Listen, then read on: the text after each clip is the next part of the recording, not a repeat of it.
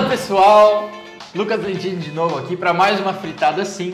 E hoje eu tenho uma convidada hiper mega especial. E aí pessoal, tudo bem? Doutora Juliana Diniz, gineco e obstetra lá pela Unicamp, especialista em endoscopia ginecológica, que além de ser uma brilhante gineco, ela é também uma brilhante médica, que fez o nosso primeiro e segundo curso Emergência sob Controle, por motivos de que a Ju é a esposa do Vini, e além de ser gineco, ela brilhou nas emergências que até hoje a gente lembra, manejou infarto, perfeito, manejou TEP perfeitamente, zerou as simulações. Então, muito obrigado, Ju, é um prazer te ter aqui. Eu que agradeço a apresentação, ter participado do curso prático de vocês foi maravilhoso, é um dos melhores cursos práticos que eu já vi. Você tem aulas antes para assistir em casa que dão bastante embasamento, faz relembrar de bastante conceito que a gente vê na faculdade para atender as principais emergências clínicas. E lá a gente coloca a mão na massa, nos bonecos. Treina a intubação, treina crico, pega situações de insuficiência respiratória, infarto, AVC. Recomendo muito, pessoal. Um bom curso. Você falou um negócio também que você estudou pra caramba, né? É Fez lógico, as aulas. eu assisti, eu tava com medo, destruiu. né? Eu assisti todas as aulas, confesso. Foi você e a Carol também, né? Esposa do Zé. A Carol também fez. Bem legal. Ju, eu tô começando todas as fritadas agora perguntando, o que você acha que vai ser o caso? Se eu tivesse que, pensando para um médico geral, para um generalista, eu imagino que seja uma paciente mulher que vai chegar no pronto-socorro com dor abdominal e talvez sangramento vaginal. Tá, eu tenho 3 casos aqui que eu preparei e eu escolhi um aleatoriamente. Tá. Então, é uma menina de 22 anos, vem num PS do interior, né, não tem GO de plantão, tem lá o clínico, né, o generalista, e a queixa dela é sangramento vaginal bem aumentado. Ela fala que ela está perdendo muito sangue, que ela está meio fraca e cólica acima do habitual. Certo. E aí, o que o cara tem que perguntar, o que ele tem que fazer? Então, que primeira é importante, coisa, né, assim, para você? Eu nem sei exatamente vamos como lá. abordar. Primeira coisa, então chegou uma paciente de 22 anos com queixa de dor e sangramento, uma dor forte, um sangramento intenso, você tem que aferir sinais vitais como em qualquer situação que você está vendo uma gravidade. Então, você tem que ver se essa paciente está estável ou não, né? Então, supondo que os sinais vitais estejam bons. Coisas importantes que a gente tem que perguntar na anamnese. Quando foi a data da última menstruação? Porque isso se de repente a menstruação dela está muito atrasada, uma das primeiras coisas que a gente pensa pode ser que ela esteja grávida com algum tipo de ou aborto em curso, ou uma gestação ectópica, mas principalmente algum quadro de aborto seria uma possibilidade. Então, primeira pergunta, data da última menstruação. Muitas vezes elas não sabem, mas se ela tiver uma ideia mais ou menos, já ajuda. Outra pergunta, se ela usa algum método anticoncepcional, porque às vezes elas usam de forma irregular, então o fato de usar método não exclui gestação, isso é uma coisa importante, tá? Mas usar método, você tem que saber qual usa e de que jeito que usa. Terceira pergunta, se ela tem comorbidade, se ela tem, às vezes a paciente tem alguma alteração sanguínea, alguma alteração hepática, alguma alteração renal, algumas doenças que podem interferir em coagulação. Então é importante saber se ela tem alguma alteração, alguma comorbidade, né? E perguntar também quais medicações que ela está em uso. Inclusive coisa que nutricionista passou, que o nutrólogo passou, ou que a amiga toma e que ela usa. Então assim, que às vezes as pessoas têm remédios que elas não consideram como medicamento. Então é importante perguntar quais medicações que ela está usando. Legal. Ju, se o pessoal em casa for como eu sempre tive muita dificuldade nesse tipo de queixa, assim, porque como fugir um pouco da clínica, né, que é o que a gente estudou, eu estudei mais, eu tinha dificuldade em organizar até meu raciocínio. Se fosse para você falar assim, quais são as causas principais que você pensa sem mais informações? Você falou abortamento, né? Isso. Uma coisa que então, perguntar esses antecedentes e perguntar nesse quadro de agora. ela está sangrando há quantos dias, quantos absorventes mais ou menos por dia, se todo o ciclo é assim ou se é só agora, se essa cólica ela tem sempre ou se é uma coisa diferente do ciclo dela habitual. Então, é importante saber isso, se é um quadro que todo mês, né, quando ela vai menstruar é desse jeito, ou se é uma coisa que está diferente do padrão menstrual dela habitual. Isso é importante. As coisas que a gente mais tem que pensar, né? Então, primeira coisa, mulher no menacme, dor abdominal, sangramento, tem que pedir beta-HCG. Tá. Muitas vezes tem beta-HCG urinário, que é uma fitinha que você põe na urina e fica pronto na hora. Um tracinho é negativo, 2 tracinhos positivos. As pessoas falam, o sanguíneo, ele positiva mais rápido, né? Ele detecta com 1 semana antes do que o urinário. Mas mesmo assim, se já tem um dia de atraso menstrual, o urinário já detecta. Então, às vezes a fitinha urinária ajuda muito. Em pronto-socorro ginecológico, muitas vezes a gente tem, porque torna a conduta mais rápida. Então, beta-HCG é importante, hemograma, coagulograma, ureia, creatinina, TGO, TGP. Se o sangramento for muito grande, também vale a pena, às vezes, uma reserva de sangue. E tipagem sanguínea, se o beta realmente confirmar que é positivo.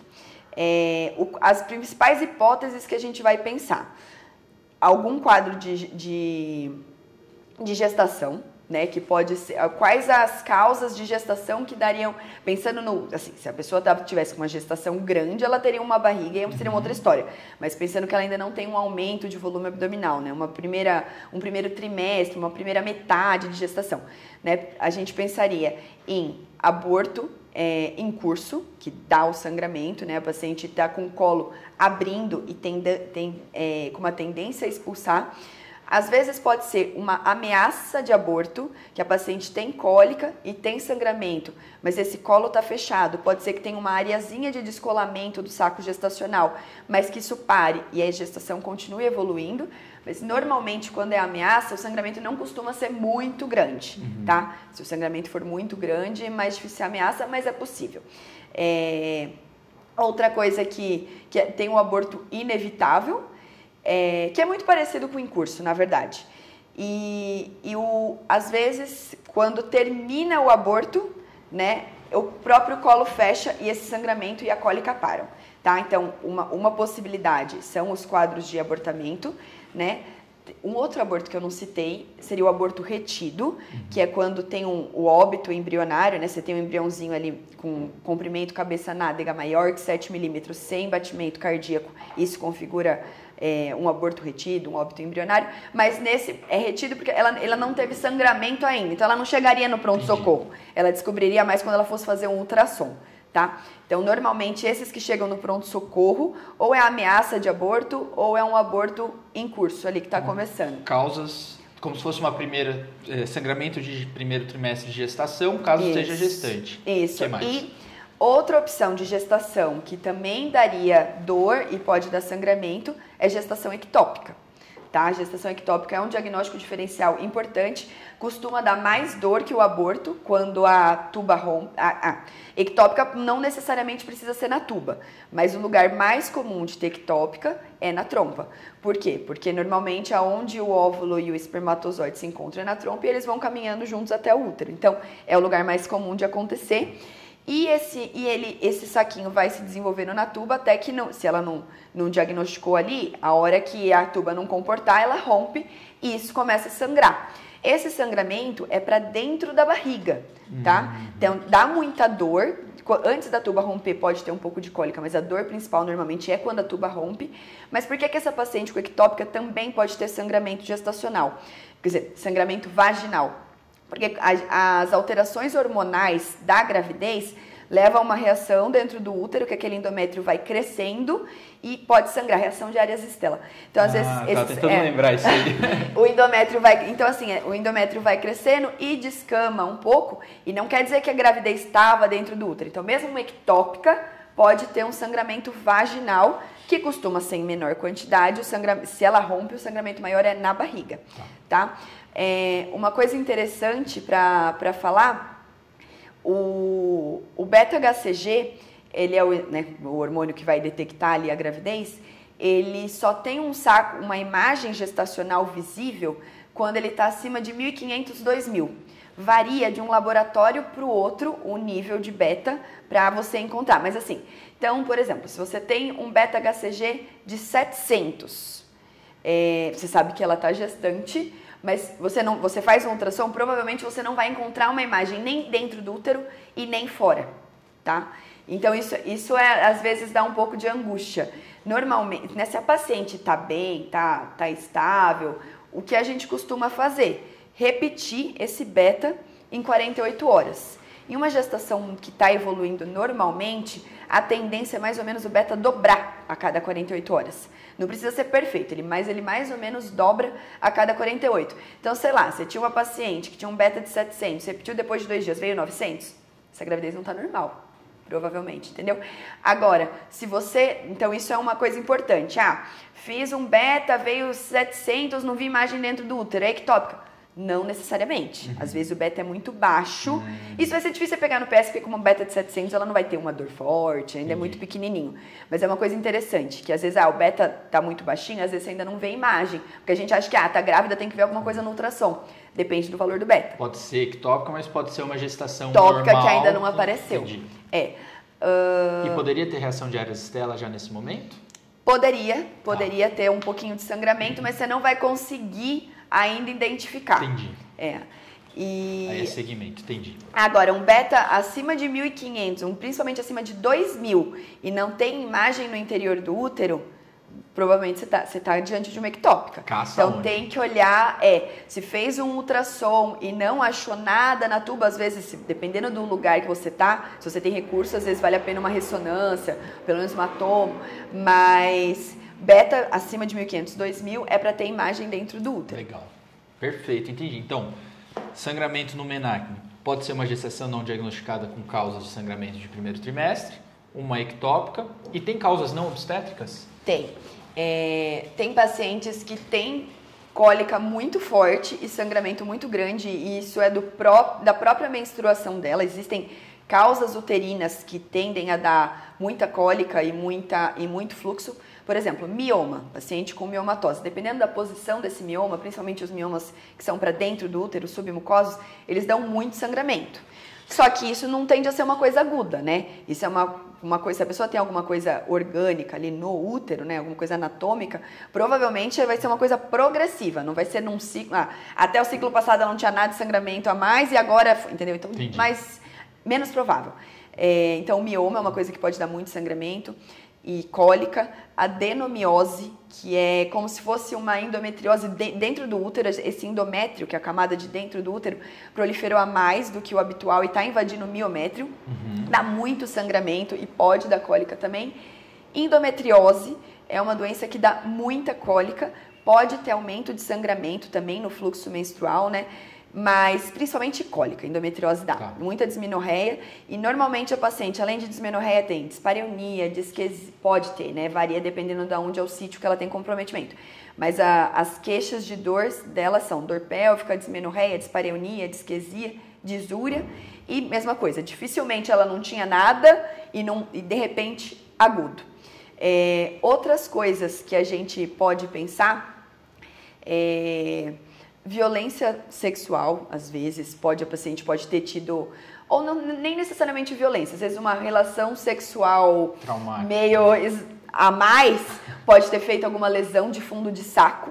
Então é importante perguntar se teve relação por aquelas horas, porque já aconteceu de eu detectar em plantão paciente que chegou com fundo de saco lesionado depois de uma lesão grande. Caramba. E muita dor. Então, assim, não é o mais habitual, tá? Mas se é um sangramento intenso, que você não tá detectando, né, nada assim, exame físico é uma coisa importante, né?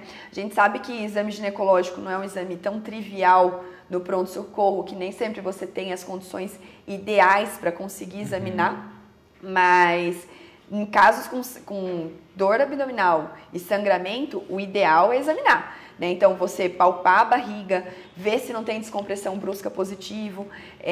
Se você tiver o espéculo disponível, tentar dar uma olhada para ver se esse sangramento é do colo ou da vagina, se está vindo de dentro do colo, se ele é ativo. Poder fazer um toque vaginal para tentar ver se esse colo está aberto, né? Que no aborto em curso ele estaria aberto, se esse colo está fechado, se o útero está dentro da pelve, se ele está aumentado. Então, sei que não são coisas tão do dia a dia, mas se a pessoa tiver uma noção, nesses casos podem ajudar. Legal. Então, lesão de, né? Então, a gente já falou das causas possíveis gestacionais, aí de causas de aborto, ectópica, lesão de fundo de saco, causas como mioma, adenomiose, endometriose. E uma outra coisa que às vezes pode chegar em mulher jovem que dá bastante dor abdominal, não daria sangramento, mas dá dor abdominal, é cetoacidose diabética. A pessoa vale sempre, eu sempre faço um destro também, em paciente que chega com dor abdominal muito estranha. clínica, né? o destro e um beta não faz mal pra ninguém. Show. E tinha, putz, posso estar lembrando totalmente errado,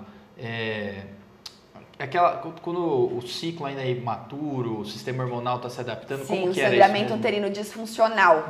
Isso pode acontecer.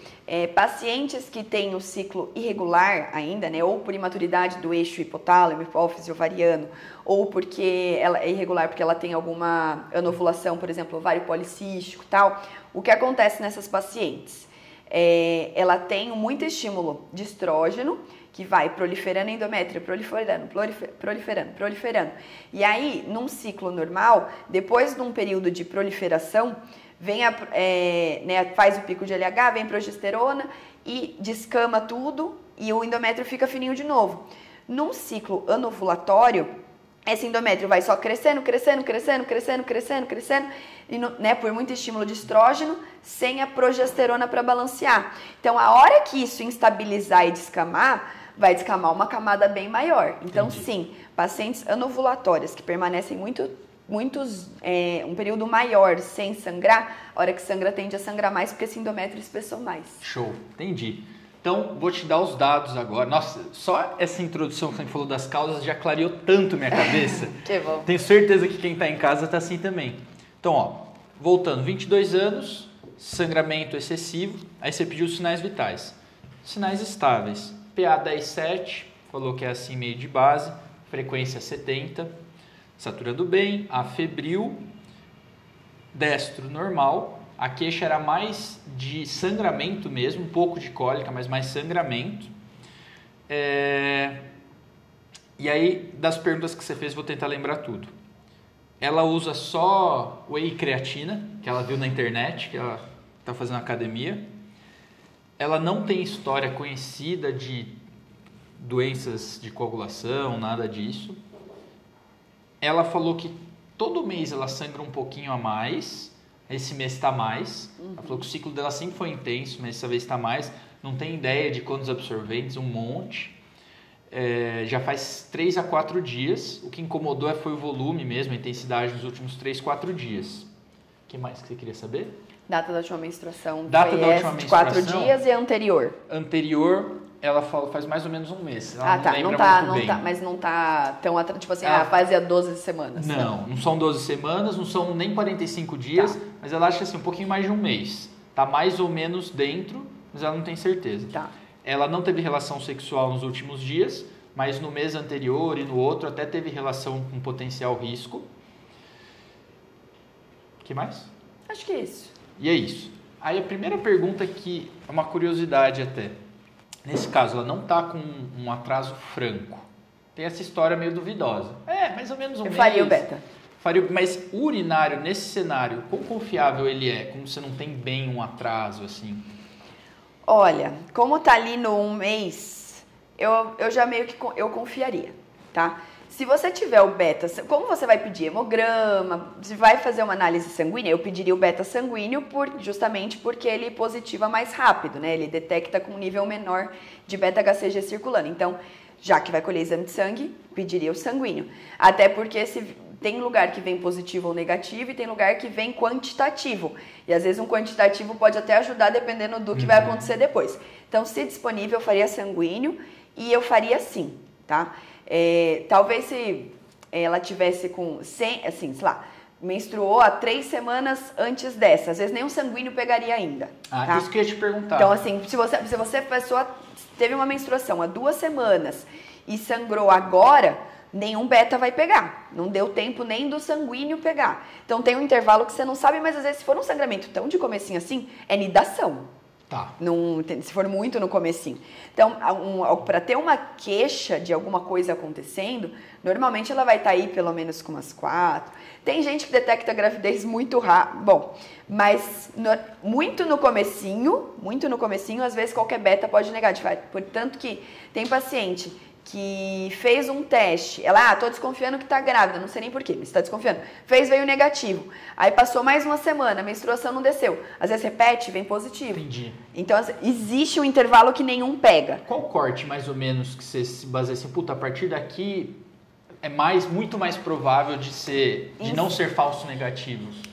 Normalmente eu considero a data de atraso menstrual, se é um mês, assim. É que tem paciente que tem um ciclo de 28 dias, tem ciclo de 30, então ao invés de falar um mês, eu falo, um dia de atraso. Eu considero que... Do ciclo da pessoa. Entendi. Isso. E se for irregular, normalmente, é difícil. Aí é mais difícil, porque você não consegue saber quando ela ovulou. Entendi. E se você não sabe quando ela ovulou... Porque o ciclo, ele tem 2 fases, né?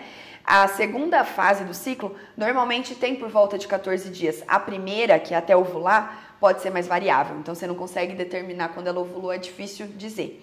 Mas em ciclo regular, normalmente eu considero assim, um pouquinho de atraso já é para vir positivo. Entendi. Se acontecer de dar o azar de não vir e continua sem menstruar, repete uma semana. Sim, Então, Show. Então aqui você pediu... Eu faria. Fez o de urina, pediu o sérico. Pedi. Beleza. Aí veio negativo. Se tiver disponível no hospital, faria paciente não virgem, faria um ultrassom transvaginal.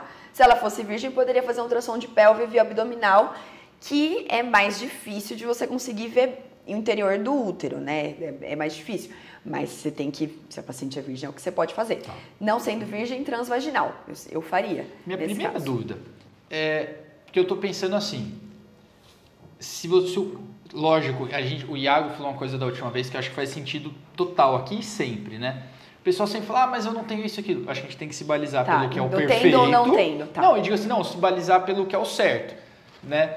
Mas eu fico me perguntando assim, exame de sangue, com muito sangramento, eu não tenho hemograma. Complexo, né? Aqui a gente tem. Pelo menos ela tá estável, né? Se ela contar com uma frequência de 70, se você não tiver nada... Eu pediria para alguém comprar pelo menos um beta urinário na farmácia. E aí, se a gente não tem nada de sangue, né? Tá. Mas tendo sangue, para essa paciente, como ela está estável, faria pelo menos um hemograma e um beta. Se você não tem ultrassom e não tem mais nada, é isso que você tem. Hemograma veio ok, né? A paciente está estável e beta negativo, e você não tem exame de imagem, você trata sintoma nesse momento, que é o que ela precisa. E aí ela passa durante a semana numa consulta e faz um ultrassom. Tá. Né? Então você poderia fazer uma abordagem sindrômica. Poderia. Descartei gestação, que eu teria que ser mais agressivo. Seria a emergência. Faço tratamento sintomático e encaminho ao GO. Exatamente. Então, legal, gostei. Vamos supor então que não tem. Porque às vezes tem muito lugar que tem ultrassom inclusive em hospital grande, em cidade grande, tem ultrassom de dia e não tem à noite. O plantonista não fica de madrugada. O paciente está bem, várias vezes a gente faz isso. Os sinais estão bons, beta negativo. A gente pega, prescreve anti-inflamatório, que ajuda a diminuir sangramento, ou antifibrinolítico, também é uma coisa que é possível, né? Transamin. Outra coisa, que se o sangramento é muito grande, às vezes a gente prescreve estrógeno ou pílula combinada. É que aí você tem que avaliar, ver se a paciente não tem contraindicação. Mas um tratamento fácil, básico, para o paciente que está bem, assim, anti-inflamatório, né, não tem problema gástrico, renal e tal, anti-inflamatório. Paciente de 22 anos passa ou um profenide ou um diclofenaco por 3 a 5 dias e ela vai tender a melhorar o sangramento. Nesse meio tempo, você fala para ela passar no ginecologista e você pode até dar um pedido de ultrassom para ela fazer. Legal. Que ela leva. Que show. Então, você tem a possibilidade ou do anti-inflamatório, ou do antifibrinolítico e do anticoncepcional. Então, anti-inflamatório pode ser qualquer um? Pode. Sei lá, tem ibuprofeno. Usam muito Ponstan, né? As pessoas usam bastante. É o ácido mefenâmico. Eu gosto bastante de Profenide, né? O cetoprofeno. Tem até uma versão que às vezes a pessoa tem um pouquinho tem um profenido entérico. É que aí depende de onde você tá, depende do custo, mas se você passar de clofenaco 50, de 8 em 8, por 3 a 5 dias, vai funcionar. Legal. Então, né, se for uma causa que não tem uma causa, tipo, não é uma coisa diferente, é só um sangramento que dessa vez tá meio disfuncional e sangrou um pouco a mais, a tendência vai ser melhorar. E o Transamin? Ajuda muito também, ele é um pouco mais caro, né? Mas pode ser usado para a maioria das pessoas, difícil um caso você não poder usar Transamin. E a gente passa 2 comprimidos de 8 em 8 horas por 3 dias também. O comprimido acho que é 250, né? Isso. Aí fica 500 de 8 em 8, 3 dias. Legal. Isso. Tem quem use 1 grama de 8 em 8.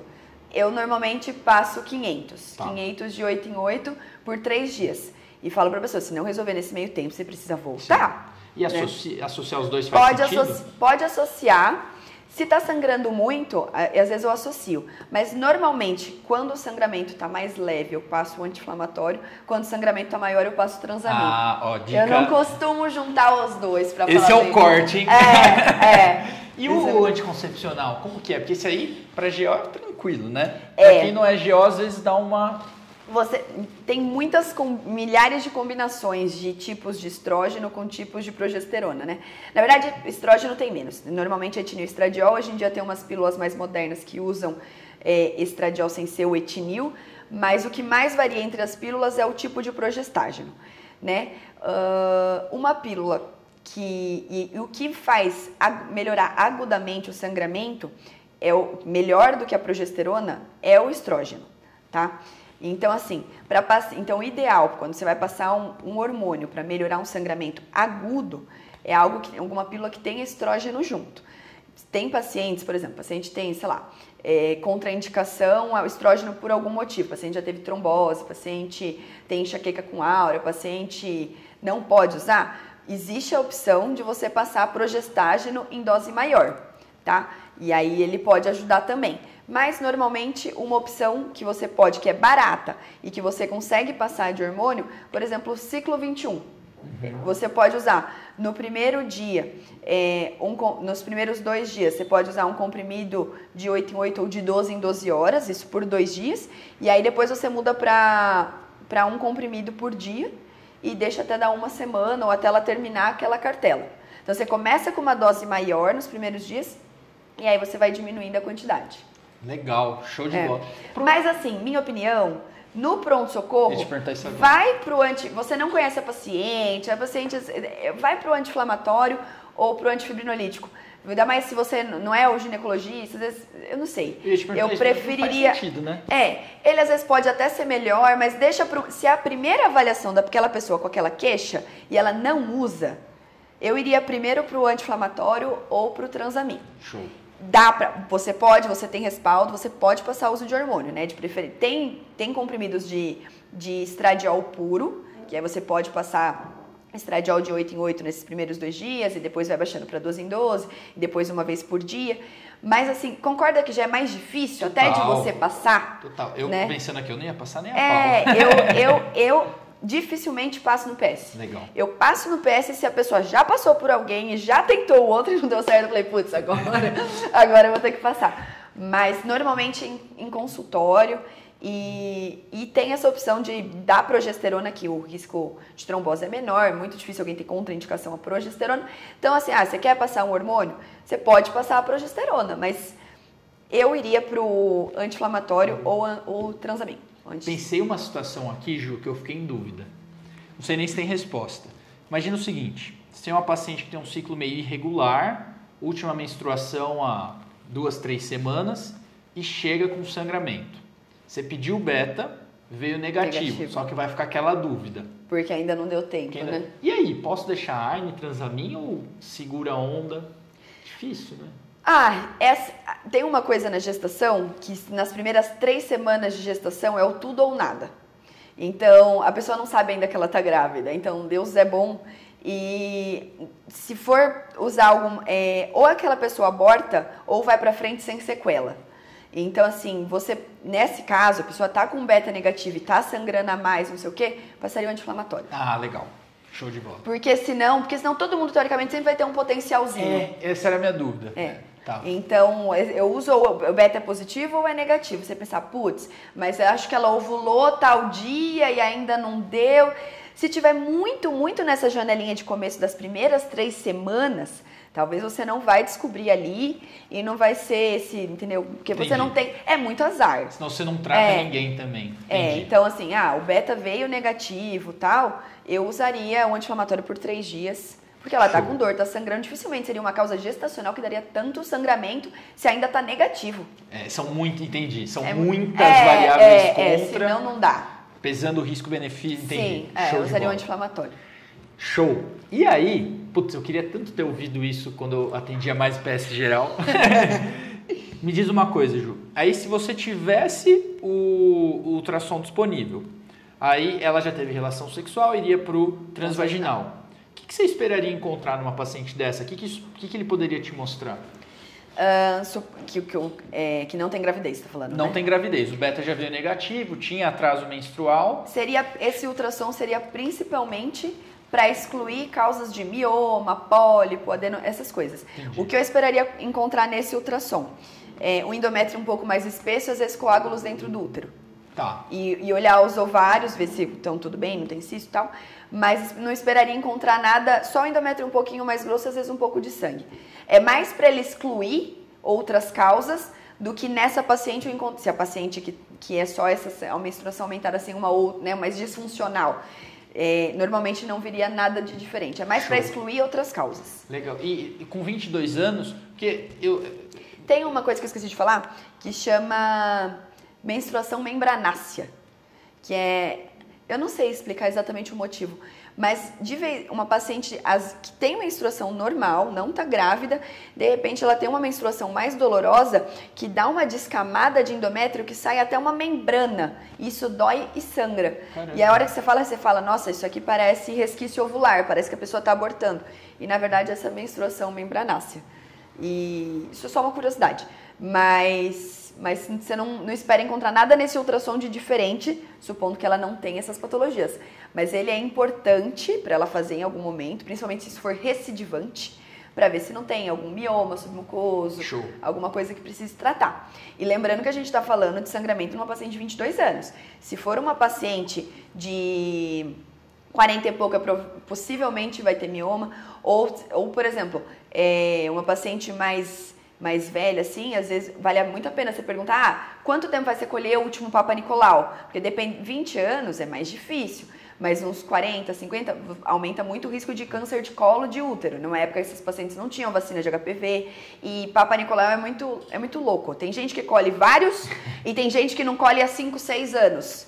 Então, uma paciente, às vezes, um pouco mais velha, é importante você ter essa noção.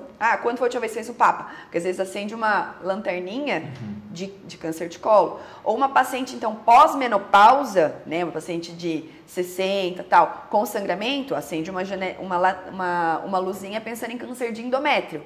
Que nessa paciente, ultrassom para paciente pós-menopausa, você quer ver qual o tamanho que está a linha endometrial, que é para estar menor que 5. Acima de 5, tá espesso, e não é para ter sangramento pós-menopausa. Então, a faixa etária é uma coisa importante para ajudar a pensar quais hipóteses, depende muito da faixa etária. Essa menina, então aí você tinha lá, pediu... câncer de endométrio com 20 ia ser muito azar. Porra, mais azar que o beta negativo. E aí fez o transvaginal, não tinha nada, tinha coágulos e só... E aí ficou como, provavelmente, um sangramento disfuncional, certo? Isso. E aí trata desse jeito, vai melhorar. É importante ela depois marcar uma consulta com o ginecologista para ver se sempre ela tem muita dismenorreia, se sempre ela tem muito sangramento. Porque aí, às vezes, você precisa investigar. Será que essa paciente tem endometriose? Se ela tem cólica muito forte? E aí você tem que fazer um ultrassom que é um pouco diferente. É um ultrassom que você vai olhar para a endometriose, tem que fazer um preparo intestinal ou uma ressonância, mas o ultrassom com preparo é bom. Então, assim, ninguém vai fazer um ultrassom de ficar investigando endometriose no PS, assim. Trata assim. Então, isso. E aí, depois é importante, se isso for recidivante, né, tiver muita recidiva de queixa assim, ela precisa investigar o porquê. Primeiro, para se tiver alguma coisa ela tratar, segundo, para melhorar a qualidade de vida. Muitas vezes, ela, sei lá, quer desejo de anticoncepção, e tem alguma causa, coloca um DIU, e muito provavelmente, né, um DIU hormonal, né? Se o paciente sangra muito, você não vai pôr DIU sem hormônio que vai piorar.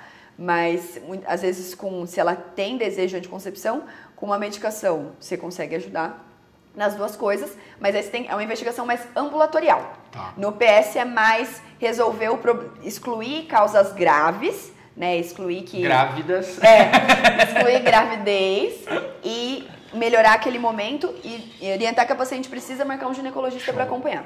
Excelente. Adorei a discussão. bom. Muito obrigado. Eu que agradeço. Antes do final, eu fiz uma coisa da última vez com o Iago que eu vou te desafiar também. Ai, meu Deus. Lá vai. Agora eu posso fazer aqui no relógio. Então, vou fazer um desafio. 1 minuto. Você fala o atendimento perfeito desse caso, do começo ao fim. Bora? Bora. Peraí. Pronto? Pronto. 1, 2, 3. Valendo. Então, chegou para você no pronto-socorro uma paciente de 22 anos com queixa de sangramento vaginal e cólica intensos. Paciente sem comorbidades, você perguntou a menstruação, foi aproximadamente 1 mês. Ela não tem comorbidade, não usa medicação, nada mais. Então, o que você faz? Sinais vitais. Primeira coisa, sinais vitais estão estáveis. Exame físico, ela tem um sangramento aumentado. Você pede um hemograma, um beta-HCG. Hemograma normal, beta-HCG negativo. Se tiver ultrassom, você faz. Se você não tiver, beta-HCG negativo, você prescreve um anti-inflamatório ou um antifibrinolítico por 3 dias e orienta essa paciente voltar, se tiver sangramento muito grande, febre, ou se ficar tudo bem, fazer um segmento com o ginecologista de rotina. Tem mais 11 segundos. Então, se você quiser falar sobre a vida. Eu acho Excelente. Ju, muito obrigado. Eu que agradeço. Foi muito bom mesmo. Assim, clareou na minha cabeça, assim, fez todo o trajeto, assim, fizemos um passeio por causas, por tratamento. Eu estaria muito mais tranquilo para atender essas pacientes hoje. É que agora eu estou mais no polo da cardiologia de emergência. Nossa Senhora. Mas, olha, foi excelente. Obrigado mesmo. Mensagens finais. É sempre um prazer participar dessas aulas da SIM. Os meninos são incríveis como pessoas, como profissionais, como médicos. E vocês que acompanham a SIM, tem muito a aprender. Valeu, Ju!